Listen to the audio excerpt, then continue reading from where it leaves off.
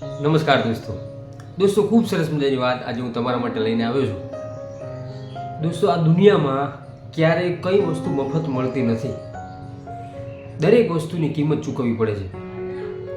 એક સરસ મજાનું મોટું મંદિર ટ્રસ્ટ દ્વારા ચલાવવામાં આવે, સરસ મજાનું ભોજનાલય, પ્રસાદની વ્યવસ્થા અને યાત્રાળુ, શ્રદ્ધાળુ અને જે કોઈ જરૂરિયાતમંદ લોકો છે ત્યાં આવીને પ્રસાદ લેતા અને બપોરે 3 વાગ્યા સુધી 4 વાગ્યા સુધી સદંતર દરરોજ રસોડું ચાલુ રહે અને વ્યક્તિઓ ત્યાં આવીને ભોજન લે. એમાં એમ કહેવાય કે 3-3:30 વાગે જ્યારે રસોડું બંધ થયું ત્યારે એક વ્યક્તિ આવે છે અને કહે છે કે મારે જમવાનું છે. બધા લોકો એકદમ રસોડું બંધ કરી પોતે સાફ સફાઈ કરી અને બેઠેલા, અને એક વ્યક્તિ આવે છે ભોજનાલયમાં કે મારે જમવાનું છે, મને જમવાનું આપો. ત્યારે એક વ્યક્તિ ઊભો થાય છે અને એ વ્યક્તિ માટે થાળી અંદરથી પીરસી અને લાવે છે અને એમને બેસાડે છે ને કે ભગવાન તમે અહીંયા બેસો, હું તમને જમવાનું આપું. ત્યારે થાળી પીરસે છે અને એમને કહે છે કે સીતારામ તમે બોલો. તો પેલો વ્યક્તિ પણ કે હું સીતારામ નહીં બોલું, તારે મને જમવાનું આપવું હોય તો આપ, નહીં તો કંઈ નહીં. ત્યારે પેલો વ્યક્તિ થોડો પ્રેમથી કહે છે કે સીતારામ બોલું, તમને જમવાનું તરત આપી દઉં. તો પેલો કે હું સીતારામ તો નહીં જ બોલું, તારે જમવાનું આપવું હોય તો આપ, નહીં તો કાંઈ નહીં, નહીં તો પાછી લઈ જાય થાળી. પેલો વ્યક્તિ થાળી પાછી લઈ જાય છે. સમય જાય છે અને એ જ રાત્રે જે વ્યક્તિ થાળી પાછી લઈ ગયો હતો એ જ વ્યક્તિના સપનામાં રાત્રે ભગવાન આવે છે કે આ તે શું કર્યું? તો જમવાનું એ વ્યક્તિ માટે લઈને આવ્યો હતો અને પાછું લઈ ગયો જમવાનું, શા માટે આવું કર્યું? ત્યારે આ વ્યક્તિએ એને એવું કીધું કે ભગવાન, એ મેં એને સીતારામ બોલવાનું કહ્યું પણ એને બોલ્યો નહીં, શા માટે એને આવું કર્યું?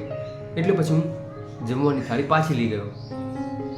ત્યારે ભગવાને એને સપનામાં બહુ સરસ મજાની રીતે સમજાવ્યું કે એ એનું કામ કરે છે, તું તારું કામ કર. તારે એને જમવાનું આપવાનું હતું, તું એને જમવાનું આપ. એને ન બોલવું હોય તો ન બોલો, એને બોલવું હોય તો બોલે. એનો ધર્મ તું કેવી રીતે નક્કી કરીશ કે તું આ બોલ, તું પેલું બોલ? એવું એને તું કેવી રીતે કહી શકીશ? માટે તારે તો તારું કરવાનું છે, તું તારું કર, એ એનું કરશે, એ બોલે ચાહે ના બોલે, તારે જમવાનું આપવાનું. દોસ્તો, આ જ છે સાચું જીવન. આપણે આપણું કરવું પડશે. ક્યારેય કોઈ અન્યનું આપણે નહીં કરવાનું. આપણે પહેલાં પોતાનું જોવાનું, પછી બીજા લોકોનું જોવાનું.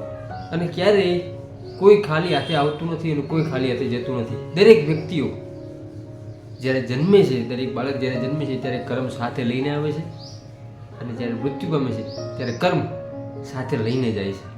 બસ એ ખાલી દેખાતા નથી. એટલે આ બધો કર્મનો ખેલ છે. બાકી વધારે કંઈ આની અંદર ગૂંચવાનું જેવું કંઈ છે નહીં. માટે એક વસ્તુ ચોક્કસથી આ વિડીયો પરથી આપણે યાદ રાખવાની કે આપણે આપણું કર્તવ્ય ખૂબ દિલથી, ખૂબ પ્રેમથી નિભાવી જવાનું. દુનિયા શું કરે છે એ નહીં જોવાનું. જેને જે કરવું એ કરે. આપણે આપણા ભાગનું કામ શું છે એ આપણે કરી જવાનું. દોસ્તો, આ વાત જો તમને સાચી લાગી હોય તો સરસ મજાની વિડીયોને લાઈક કરી દેજો. ચેનલ પર ન હોય તો ચેનલને સબસ્ક્રાઈબ કરી દેજો. આવા જ બીજા સરસ મજાના વિડીયો જોવા માટે આપણી યુટ્યુબ ચેનલ હું મારી વાતોને સબસ્ક્રાઈબ કરજો. ફરીથી મળીશું એક નવા જ વિડીયો સાથે, એક નવા જ અંદાજમાં. ત્યાં સુધી દરેક મિત્રને જય માતા.